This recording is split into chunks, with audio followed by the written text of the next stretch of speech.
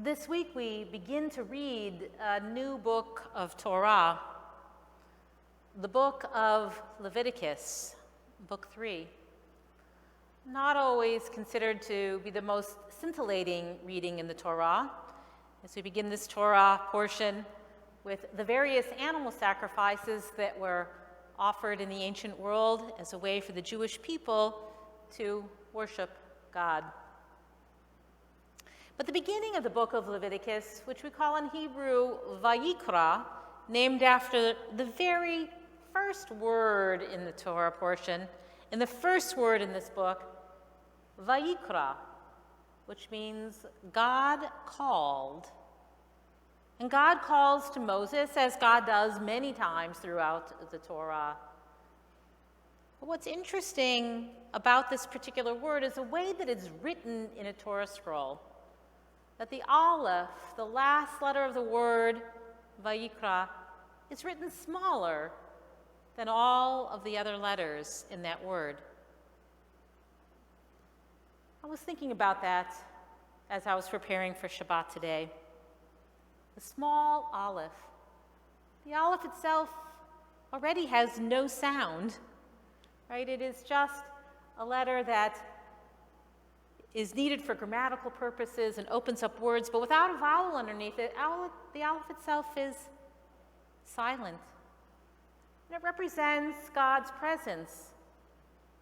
The first letter of God's name, of course, is Adonai. In Hebrew, we write that with a yud usually, but the Adonai, which is a substitute for yud he vav he, is with aleph. The first word of the Ten Commandments, Anochi, I, is with an aleph. So when we think of aleph, we think of God's presence. So why is the aleph small right there? That it is in the silence that Moses is able to hear God's voice. And this is one of Moses' great qualities, is he's able to pay attention enough to be present to God. Sometimes people will say to me, Rabbi, do you think that God is still talking today? And I think that God still is sending out messages, but often we're just not quiet enough to hear them. There's so much noise in our world. We have to cut through the din of the 24/7 news cycle, of our devices that are always going off, of our televisions, of our busy lives, in order to hear that aleph, to hear God's presence, just like Moses does at the beginning of this Torah portion. Vayikra, God calls, and Moses hears. And so as we enter Shabbat, we try to get quiet, slow ourselves down enough, clear out some of the clutter in our lives so that we can open ourselves up to the presence of holiness, to the presence of the divine. Today in a meditation group I was in, our teacher who we've brought here to Beth Emet, and we know, Rabbi Mark Margolius, offered a wonderful reading about the Serenity Prayer that some of us know. Some people think that Reinhold Niebuhr wrote it, a theologian in the 20th century, or that it came from an earlier period. But the first part of it goes like this: God, grant me the serenity to accept the things I cannot change, courage to change the things I can, and wisdom to know the difference. And I know that many of us have heard this many times. Rabbi Margolius gave a wonderful teaching on it. He said, grant me the serenity to accept the things I cannot change. Help me to be quiet enough, peaceful enough, so that I can discern and have enough courage to change the things I can. That without the first part, without the serenity, I can't get to courage or wisdom.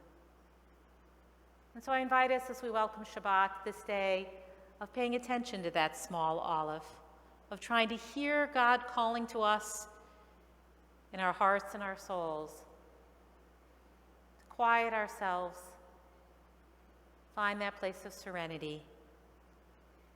And during these 24, 25 hours of Shabbat, to be in that place, so that as we merge in the week to come, we will have the courage to change the things we can, and will be wise enough to know the difference.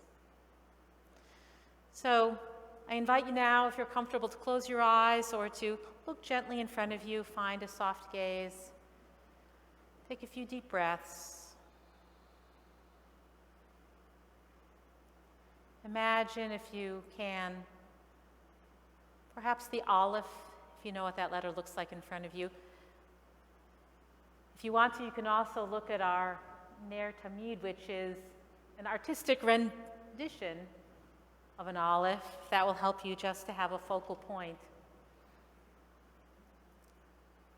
And to come to a place of silence, without effort, without strain.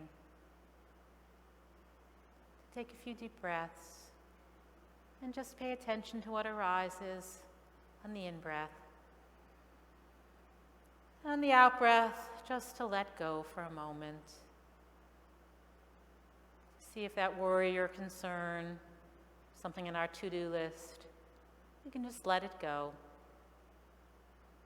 Know it'll be waiting for us on Saturday night or Sunday.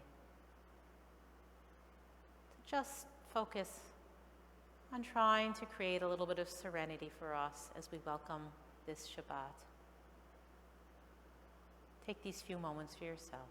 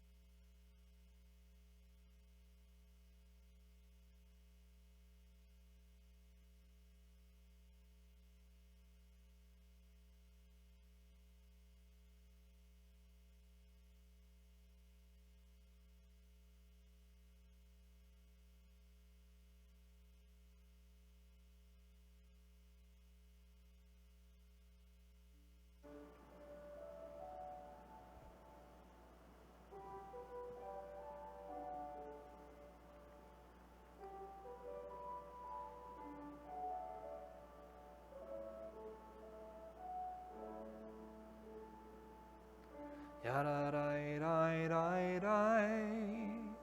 Yada dai dai dai dai dai. Yada dai dai dai dai dai. Yada dai dai dai. Yada dai dai dai dai. Yada dai dai dai dai dai. Yada dai dai dai dai dai. Yai da da dai dai dai.